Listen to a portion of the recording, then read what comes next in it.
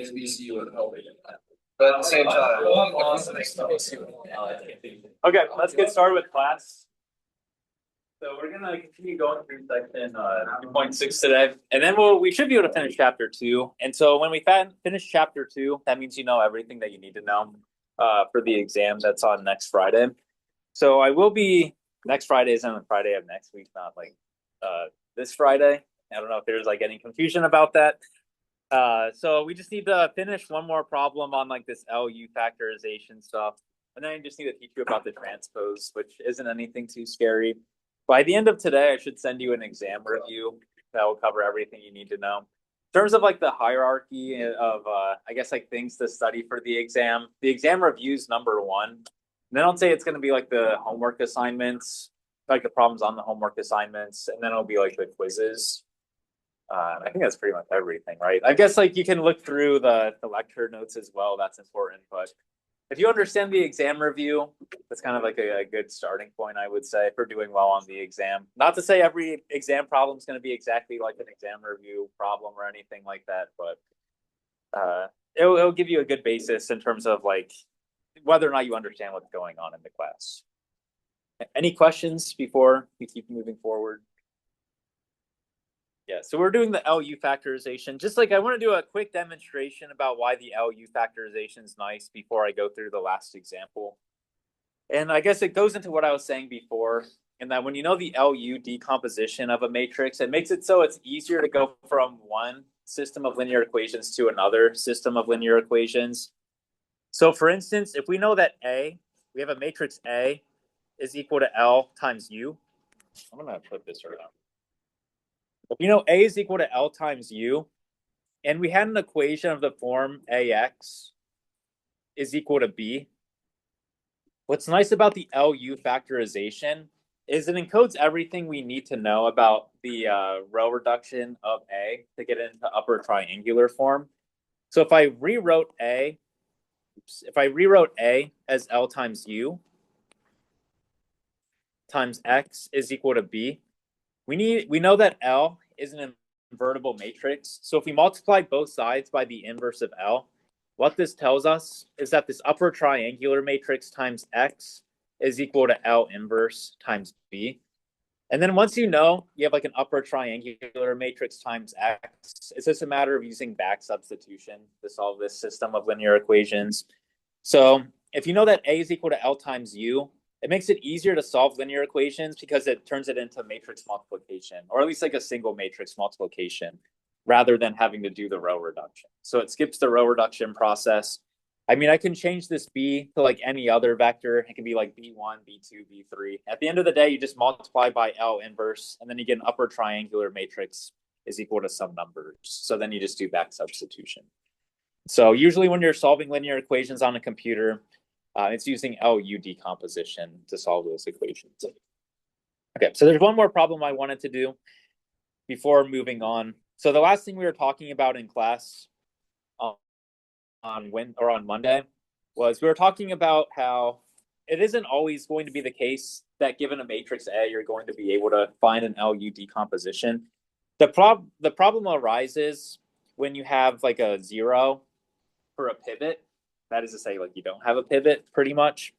So for instance, if you had a matrix of the following form, if you look at the second row here, I guess how I should be saying it is this isn't going to have an LU factorization because we have a 0 in the second entry here instead of a 1. And so if we wanted to make it so that this matrix can have an LU decomposition, we'll have to switch the second row with the third row to make it so we had a 1 here and then we had a 1 here instead. Right. So we'll explore this idea after we talk more about permutation matrices in the next section. But I wanted to go through, this is a problem from the book. So we're given some general matrices, and we want to determine why. We can tell right off the bat pretty much that why there's not going to be an LU decomposition. So we have when a 0 appears in a pivot position, A is equal to L times U is not possible. And so we want to show directly why the following equations are both going to be impossible. And so we have two different equations. It's not like one large equation. They're like separated. So there's like two parts. So we have this matrix 0, 1, 2, 3. And I guess hypothetically, we want to be able to say that it can be expressed as a product of a lower triangular matrix with an upper triangular matrix. And we want to see why this is going to end up being impossible. Right? The issue is that we have the 0 right here, because, I mean, that means we have a 0 in the pivot position. But we want to show why more concretely. So the idea is this. I'm just going to take a product, or the product, of these two matrices, and we'll see what happens. So if we take this product, we get 1, 0, and then we have L, 1. And then this is being multiplied to D, E, 0, F. And so when you perform this matrix product, you're going to get the matrix D, E, and then it's going to be L times D. And then this is going to be L times E plus F. So that's the product of these two matrices. And then we're setting it equal to this matrix 0, 1, 2, 3.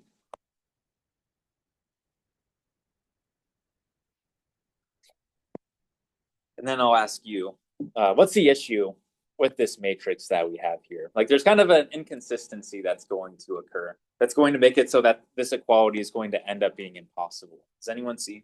All right, go ahead. If D is 0, then LD can't be 2. Yeah, exactly. It's really just in this first column.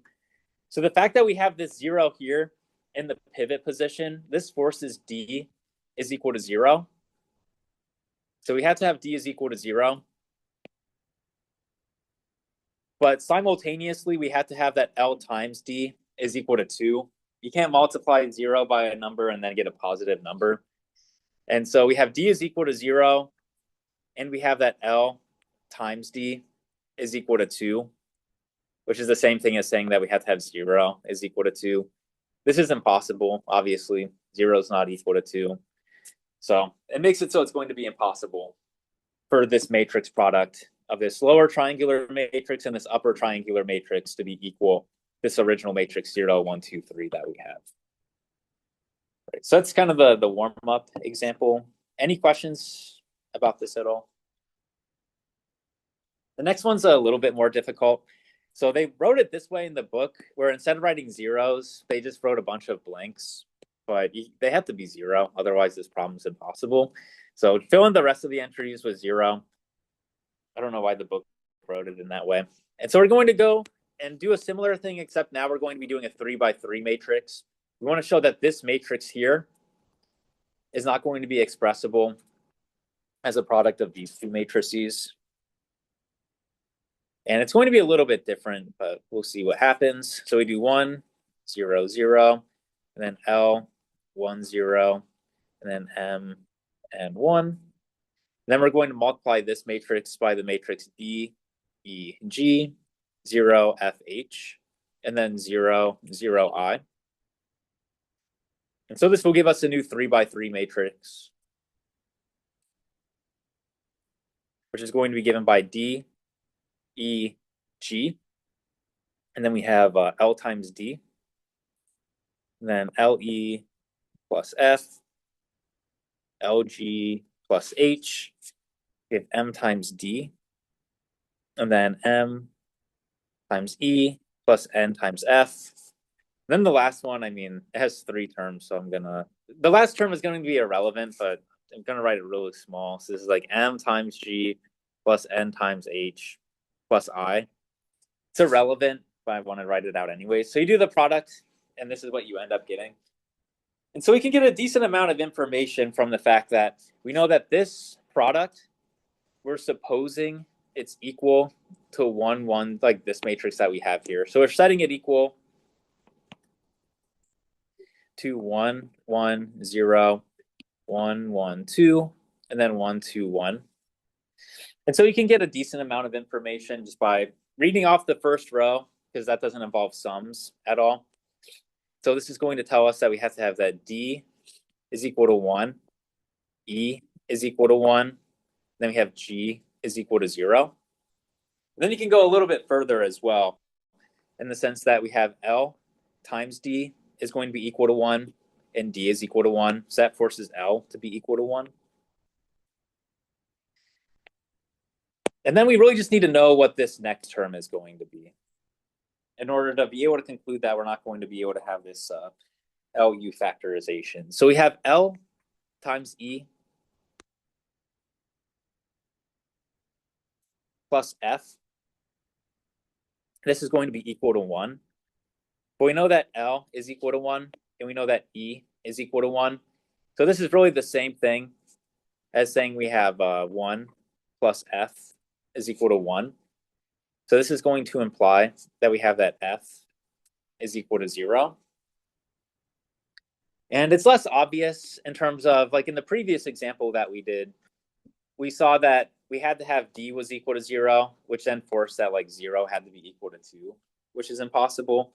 But for this one, I guess what you have to be able to conclude is it's going to be more about, this one's not as satisfying, I guess. It's going to be more about the fact that we have like LE plus F is equal to 1 is going to force that, like if you did some sort of row reduction on this matrix or on this row with this row, where you're going to end up having is that this is equal to 1, and this is equal to 1, this is equal to 1, and this is equal to 1. So if you did some sort of row reduction, it's going to force the first two entries here to be equal to 0.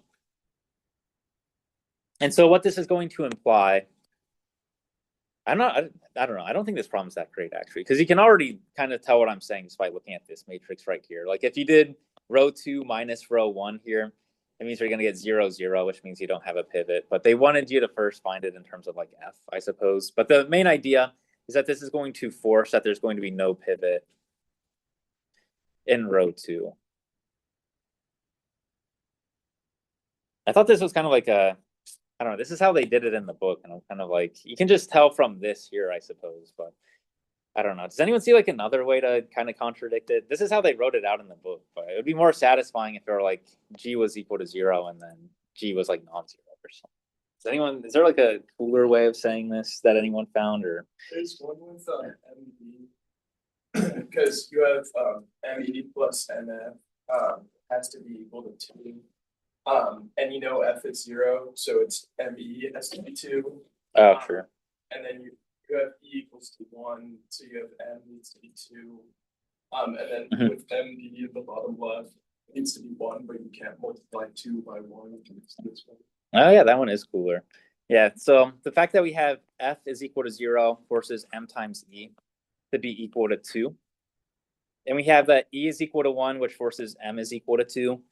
But then we have to have M times D is equal to 1, with M being equal to 2 and D being equal to 1. So this forces M times D. This is equal to 2 times 1.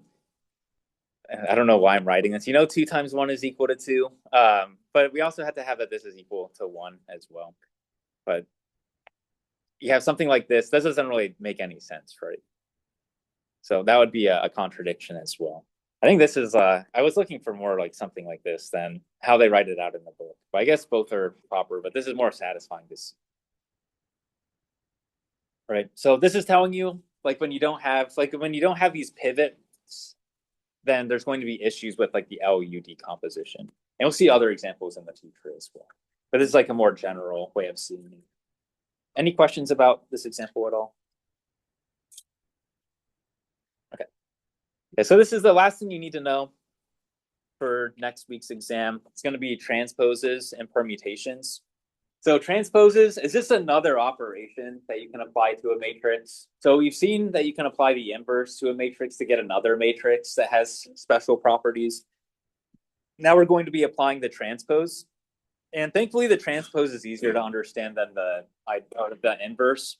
It doesn't take too much to go from a matrix to its transpose. And so what you do with the transpose, if you have a matrix A, the transpose is going to be denoted by A, and then it's kind of like to the Tth power. At least that's kind of how it's written. So you have like the superscript T. And so what you end up getting is the transpose of A is this going to be A, except you switch the rows and the columns, is how to think about it, right? So it's written in this way here. So if you have the ijth entry of the transpose of A, it ends up being the jith entry of A. So there's a way of writing it formally in terms of the entries of the matrix. But But I generally just think in terms of you're just switching the rows with the columns, right? So the transpose switches the rows and columns of A. So if you have a 2x3 matrix and you take its transpose, if you're switching the rows and the columns, that means you're going to have a 3x2 matrix, where the first row, 2, 3, 1, is now going to be the first column, and then the second row becomes the second column, right? So you're just switching the rows with the columns. And then you can also do it to square matrices, right? If you do the transpose of 3 minus 1, 1, 2, the first row becomes the first column, and then the second row becomes the second column, or vice versa. You can think row to column or column to row. It's the same thing at the end of the day. And so the transpose is going to change our perception of matrix multiplication and thus linear equations of the form AX is equal to B. This is going to be something we look deeper into, I think, in chapter 7, but it's still useful now. You can think about like a dot product in terms of like a vector, like matrix multiplication of a transpose vector times like another vector, which is something we'll make use of a lot. But we know if we have A times X is equal to B, we can express this in terms of the following matrix product, right? So if we do A times X, you can express this as a linear combination of the column vectors of A with the weights determined by x1 up until xn. And so if we instead considered the transpose of X times the transpose of A, you end up changing it in the following way. So the transpose of X is going to take this column vector and it's going to make it so it's going to be a row vector instead. And then again, with the transpose of A, the first row becomes the first column. So it changes the indices a little bit. And so when you perform this matrix multiplication, you end up getting a similar idea in that you get a linear combination of vectors where the weights are given by like the x1s up until the xn's. The difference is now we're going to have row vectors instead of column vectors, right? So if you perform this matrix multiplication, like where is this coming from? If you perform the matrix multiplication, you would have x1 times a11 would show up, and then you'll do x1 times a12 would show up eventually, and then you'll do like x1 times a m1 eventually. So you end up decomposing in the following way. And so you end up getting the following linear combination. And so the main observation is what we have here is this the transpose of what we have here, right? All we're doing is taking this column vector and then transforming it so that way it's going to be a row vector. And so what we ended up finding is that if you do the transpose of A times X, you end up getting X transpose times A transposed, which is what we have here. And this is going to hold more generally. So you might be thinking, does this only hold when you do like a vector times a matrix, or does it hold when you do like a product of any two matrices?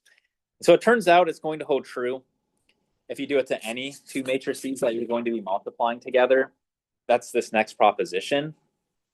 So if we have that A and B are matrices and that A times B is possible, then if you do the transpose of the product, it ends up being B transpose times A transpose. So it's kind of like twisting things a little bit. So it changes the order of the multiplication.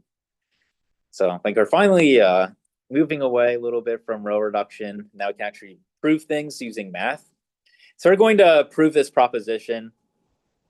And so how I'm going to prove this proposition is I'm just going to take a generic arbitrary element or entry of the transpose of A times B.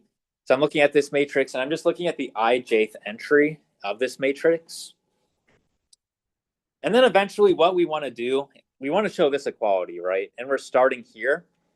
And so the final line of this proof should involve some sort of equality that leads to saying that this is equal to B transposed times A transposed and then the ijth entry of that matrix, right? We want to show that the ijth entry of these two matrices agree with one another. And so one thing we can do is we can use the definition of the transpose to rewrite this ijth entry. We know that the transpose switches the row with the column. And so it has the following effect. You can write this as A times B. And then it's going to be the jith entry of A times B. Again, that's the effect of the transpose as it switches the row with the column. So ij becomes ji. And then we can write out this matrix multiplication using the formal definition of matrix multiplication.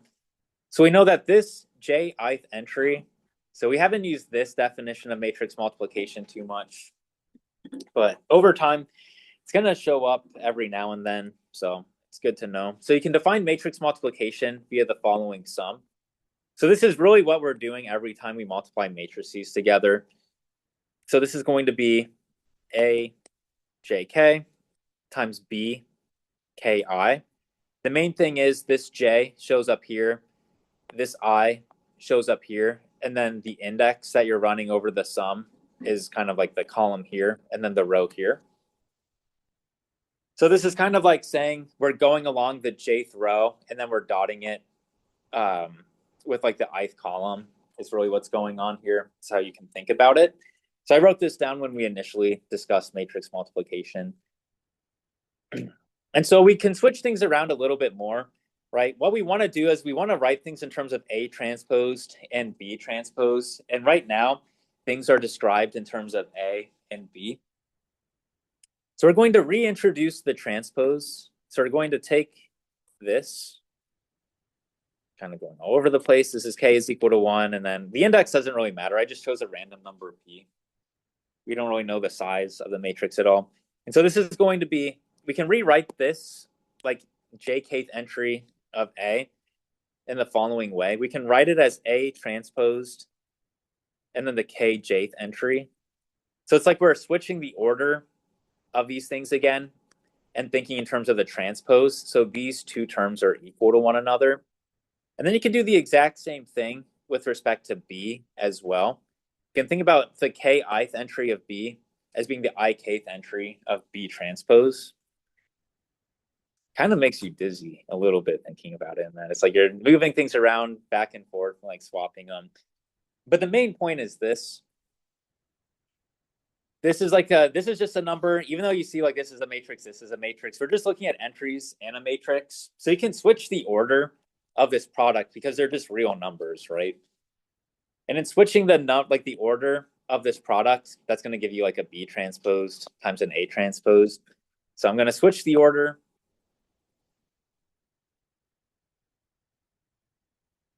So this is going to be like B transposed IK. And then this is going to be A transposed KJ. And this is exactly what we wanted to show, actually. Like it's kind of like we're here, except now we wrote things in terms of the transpose instead. And so this is exactly just the product of B transposed times I transposed, and it's going to give you the I jth entry, which is what we have here. So this sum is by definition just equal to B transposed times A transposed.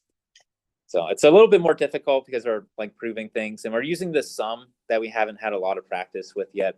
But this is like one way you can show that A transposed or A times B transpose is equal to B transpose times A transpose. I'll say a little bit more about this, but I will open up to questions. Are there any questions about this proof? Yeah, so this definition of matrix multiplication that I'm using, we haven't used it too much, but it was introduced in section 1.3. I hope. I actually don't know. I think that's when we talked about it. Oh yeah, it's right here. Right. So if you do the ijth entry of A times B, you can express it in terms of the following product, which is equivalent to just thinking about it in terms of the dot product. It's the same thing. But the main idea is this ij.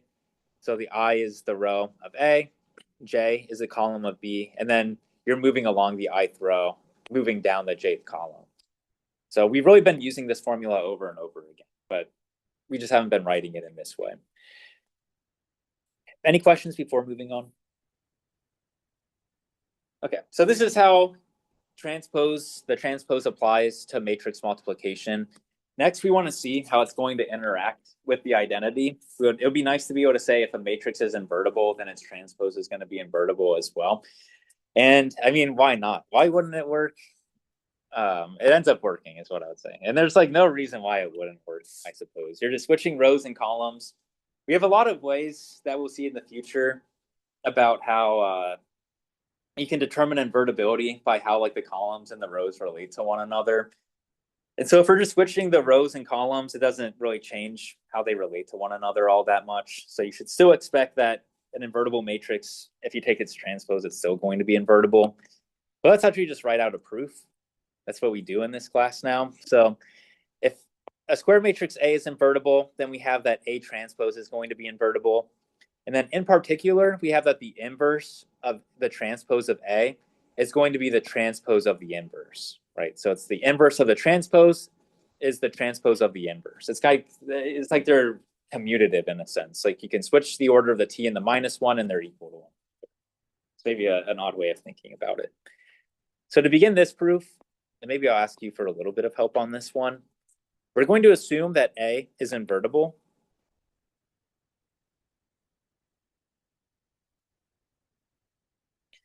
And so if we know that A is invertible, what this implies is that we have that I is equal, so the inverse matrix is, or identity matrix is equal to A times A inverse. And so I'm going to start with this I. And we want to be able to say something about the transpose, right? Like this formula that we want to prove involves the T that shows up somewhere.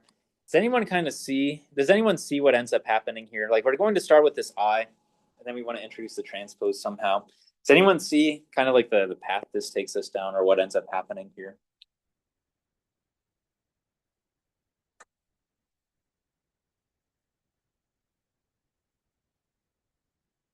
So I guess like what we want to show is that we want to show that if you do A transposed times with A inverse transpose, this is going to be equal to the identity. So like we have this identity here, and we want to somehow get over here. And so it's going to involve introducing the transpose. I'll ask one more time before just like giving it away, I suppose. Does anyone kind of see like what should be on the other side of this equality? Yeah, go ahead. Yeah, I mean, that's kind of we are going to make use of what we did in the last proof. In the following sense, I think you get what's going on here. So if I do, I'm going to consider the transpose of I, right? If we do I, and maybe this is something you kind of had to see for yourself, perhaps. But if you take the identity matrix and you do the transpose, it doesn't change anything, right? Because it's diagonal. So I mean, if you change the first row and make it so it's the first column, it's the same thing. The second row is equal to the second column, and then the third row is equal to the third column. So if you take the transpose of the identity, it doesn't change anything at all. This is what it means to be symmetric, which is actually this next definition. But if you take the identity and you apply the transpose, it doesn't change anything.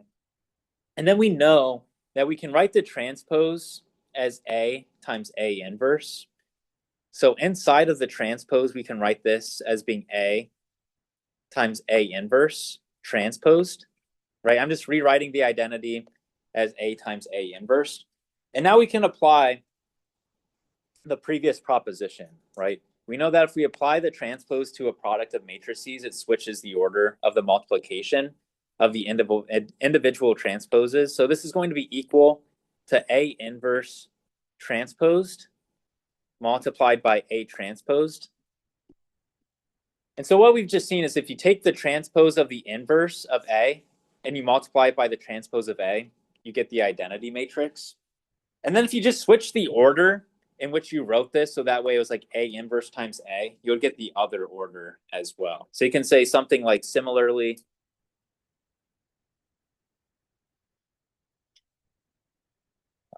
The tablet's really laggy today. It's like lagging when I'm writing it down, and then Zoom probably doubles that. So maybe it looks really bad today. But it'll take like 3 minutes for me to fix, and I don't want to stop class. So this is similar. You can also write that I is equal to A transpose multiplied by A inverse transpose. So again, you have to show it both ways, right? So what this really means because of this, so if you multiply A transpose by A inverse transpose or change the order, you get the identity. Therefore, they're inverses to one another. And so what this implies is that we have that the inverse of the transpose of A is equal to A inverse transposed. Right, so like the inverse of this matrix is going to be what we have right here. And so that completes the problem. This is a kind of trick that's going to show up a lot, where you're taking an identity matrix and then writing it as a product of two inverses. So it's kind of like going from like nothing to the something in a sense, like going from the identity, which is like kind of generic, to something particular, which is like this A matrix that we have. Any questions about this proof at all? Okay. Yeah, so those are the big properties of the transpose, I would say. Next, we're going to look at a particular class of matrices that are nice. So there's going to be other ways in which the inverse and the transpose of a matrix could relate to one another. This isn't like a common property. It shows up for particularly nice kinds of matrices. And so for some matrices, the transpose and the inverse are actually the same operation. So we have two definitions, both of which are very important. So we say that an n by n matrix S is symmetric if we have that the transpose of S ends up being equal to S itself. So the transpose doesn't change anything. That's what we saw about the identity matrix. So if you take the transpose of the identity, it doesn't change anything. If you also took like, I don't know, you can let S be equal to like 1, 1, 1, 1. This would be symmetric. If you take the transpose, it's still just going to be 1, 1, 1, 1. So this is an example of a symmetric matrix as well.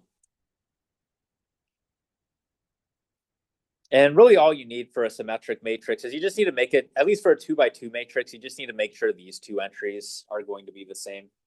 I'll say more about this kind of thing later on, but there's like a kind of an obvious way of constructing symmetric matrices that we'll look at in the future. And then the other thing we're looking at are going to be orthogonal matrices. So an n by n matrix Q is said to be orthogonal if the transpose of the matrix ends up being the inverse. Right, so this is really nice in that before we saw we could find the inverse by doing like the Gauss-Jordan elimination, which takes a decent amount of time. But if you know a matrix is orthogonal, it suffices to just find the transpose, which is a lot faster. Right, so we'll look at orthogonal matrices in the future. And so a particular nice class of orthogonal matrices are going to be permutation matrices. So we've looked at permutation matrices a little bit. It turns out if you're given any permutation matrix, it's always going to be orthogonal. So the inverse of inverse of permutation matrices is always just going to be the transpose. This is something we're going to show on the next page. I gave myself a lot of space, but it's actually a pretty quick proof. But anyways, we're going to show that the permutation matrix P is going to be orthogonal. And so what this means is we're going to take our matrix P and we're going to multiply it by the transpose. So the transpose of P, oh wow, yeah, it's super laggy. So the first column is going to be the first row. So it's going to be 0, 1, 0. The second column will be the second row. So it's going to be 0, 0, 1. And then the third column is going to be the third row. So it's going to be 1, 0, 0. So kind of the defining aspect of these permutation matrices is each row has only one or non-zero term in it, and every column has a single entry that's going to be non-zero as well. So no two rows or no two columns are going to have like a common non-zero term in either a row or a column. And so we just do P times P transpose, and you'll see that it's going to end up being the identity matrix, right? So if you do this following product here, so 0, 0, 1, 1, 0, 0, 0, 1, 0. You compute the product, and you're just going to find it's going to be the identity matrix.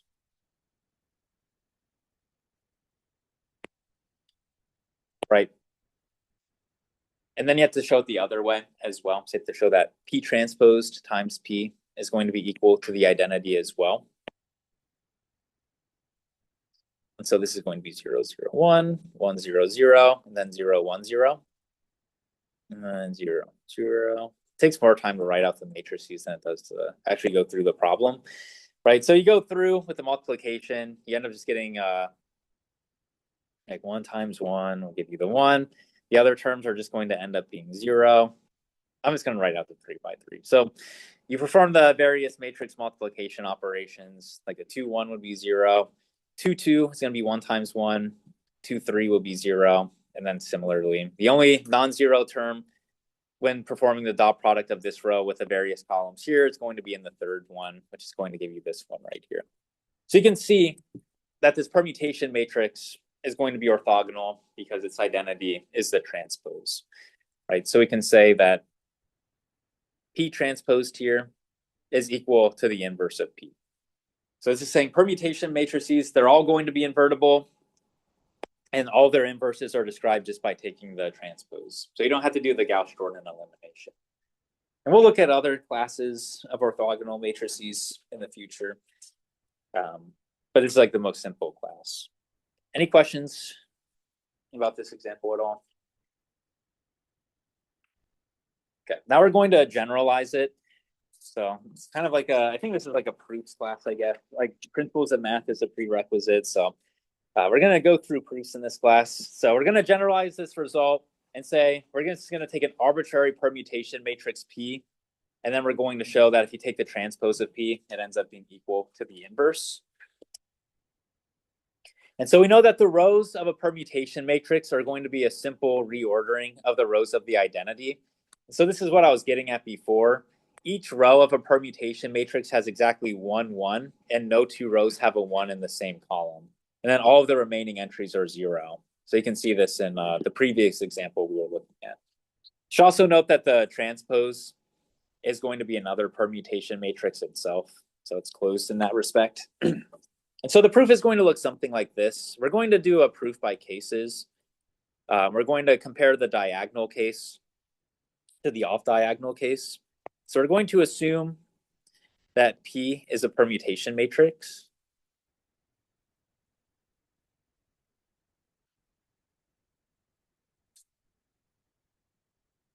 Sorry, it's taking forever, all right. So we're assuming P is a permutation matrix. And the first thing we're going to take into consideration is going to be the diagonal entries. And so we're going to be looking at P times P transposed. And if P transposed is the identity of P, what this means is that this should end up being equal to 1, right? We want it to multiply into the identity matrix. The identity has 1s along the diagonal. So we have to make sure that this is equal to 1. So again, I'm going to use this sum interpretation of matrix multiplication that we used before. So this is going to be P, the ikth entry of P, and then it's going to be times the kith entry of P transpose. Again, we're looking at I, so like the I shows up here, and the I shows up here, and then the index of the sum is going to be here and here. They're going to match. And so now we can rewrite this. Well, does anyone see how we can rewrite this? There's a way of rewriting what we have inside of the sum that's going to make it a little bit nicer. Does anyone see, I guess, like how these two terms relate to one another? Yeah, Jake. Yeah, they're the exact same as one another, right? If you apply the transpose, the kith entry of the transpose is just the ikth entry of your original matrix P. So this term that we have here, this is really just equal to P ik, the ikth entry of P. And so you can rewrite this as being equal to the following sum. So it's like k is equal to I to n, and then you have P squared, the ikth entry of P just squared with itself. And so what are we really doing here? We're fixing a row I, and then we're moving along that column, and then just taking the square of each entry and then adding it. But this goes into what we were saying before, right? We said each row has exactly one row inside of it. So only one of these terms is actually going to be non-zero. And that term is just going to be 1 times 1, right? So this is just going to be equal to 1. And I'll put a little of explanation here, right? This is because we have exactly one non-zero entry in the row, in each row. Right. To make it more concrete, what we're doing with this sum, if you looked at the previous example, it's like we're fixing the second row, and then we're doing 0 squared plus 0 squared plus 1 squared, which just gives you 1. Or if you did this row, 0 squared plus 1 squared plus 0 squared is equal to 1.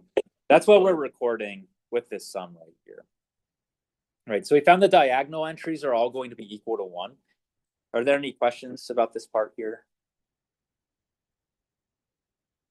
Okay. And then we're going to do the same thing with the off diagonal. So for the second part, we're going to be assuming that I is not equal to j. So we're going to say if I is not equal to j, we're going to consider then p times p transpose and then the ijth entry.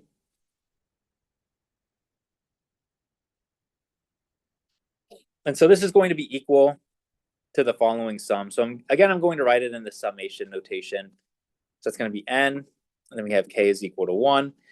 We have p of ik, and then it's going to be times p transpose and then kj, the kjth entry of the transpose. And again, I've done this a number of times, but the I shows up here, and then the j shows up here, and then the index is just going to be like the column of the first and then the row of the second. Okay, so just like we did in the previous example, we want to, instead of writing it in terms of p transpose, we just want to write both things in terms of p. So you can get rid of the transpose, and the effect of that means we're going to be switching the order of the indices that we have. So this is going to be equal to the following. So we're going to have k is equal to 1. We have n. The p, the a, we're still going to consider the ikth entry, and now this is going to be the jkth entry that we have here. And then we're pretty much done. It just requires an observation that's similar to what we had here, in the sense that now we're looking at two different rows. We're looking at the ith row and the jth row. And these are different rows because we assumed I and j are not equal to one another. And then we're multiplying by the kth column, or like the entry in the kth column of those rows. And so that's where this other observation comes into play, right? No two rows have a 1 that's going to show up in the same column. And so what this is meaning, or what this means, is that when this is equal to 1, this has to be equal to 0. And when this is equal to 1, this has to be equal to 0. Otherwise, if both of these were 1 at the same time, it means that the row I and the row j would have a 1 in the column k, which would contradict this information that we have here. Right, so for all these various terms that you have, you're always going to have at least one of these is going to be 0. And so this ends up being equal to 0. And then writing it in words before maybe looking at an example above. So we found that we have that different rows, or this is just a property of these permutation matrices, is that different rows cannot have a 1. Cannot have a 1 in the same column.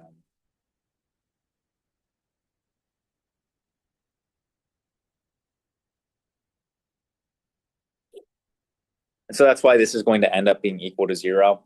And again, you can compare it to the example that we did before going through this proof. Say this could be like row I, and this is row j. So we're comparing two different rows with one another. So what we are doing is we are really doing 0 times 1 plus 0 times 0 plus 1 times 0.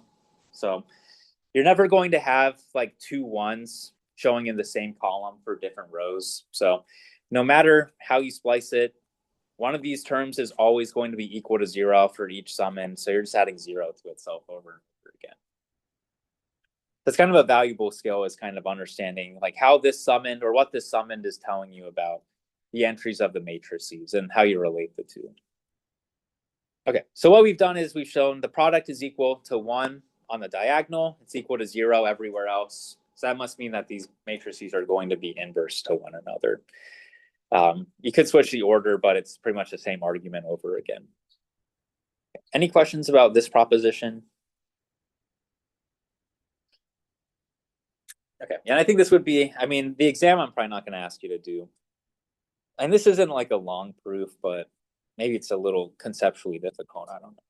I haven't written the first exam, so I can't really say anything about it, but I don't think I would put this on the first exam. I don't have that much time. Maybe I'll kind of hint at what we'll talk a little bit about on Friday before ending class. So we've talked about permutation matrices a little bit more in depth now. And so now we're going to go back to talking about LU factorization. So that way we can see how permutation matrices can help us determine like an L2 or LU factorization. And so the idea is going to be this. So we found that not every matrix is going to have an LU factorization, particularly when you don't have like a pivot in a certain row, or like you don't have a pivot in the right place. And so we can sometimes apply permutation matrices to carry out row exchanges in order to make it so like P times A is going to make it so we're going to be able to do like the LU factorization. So what I'm getting at is in class on Friday, to start off, we're going to be given a matrix A. And if you do row reduction on A, I guess I can do this step. If I were to perform row reduction on A by taking the first or taking the second column and subtracting 2 times, or the second row and taking -2 times row 1, right? That would get rid of this 2 here. So if I were to perform matrix row reduction here, we'll get 1, -2, 3. And then if you did -2 times row 1 and you added it to row 2, it's going to make it so you have a 0. But then you also have -2 times -2, which is going to give you 4, plus -4, which will give you 0. And then you get -2 times 3 is -6, plus 1 is equal to -5. And then I'm not going to do this other one. The main point is this. When we perform the row reduction, the second row isn't going to have a pivot. And so this is going to mess you up when you're trying to make it so it's going to be upper triangular. So what we're going to be doing in class on Friday is, before even going through with the row reduction, we're going to perform a matrix multiplication via permutation matrix P. So we're going to look at P times A to switch these two rows with one another, and then we're going to do the LU factorization. And then that's going to make it work. So that's what we'll do on Friday. I don't have enough time to go through it now. Do you have any questions about anything? I'll be up here for the next couple of minutes. And I'm going to grade the homeworks. I'm a little behind on grading the homeworks, but I'll have homework 1 graded by Friday and then homework 2 graded by Monday. That way you can see how that goes.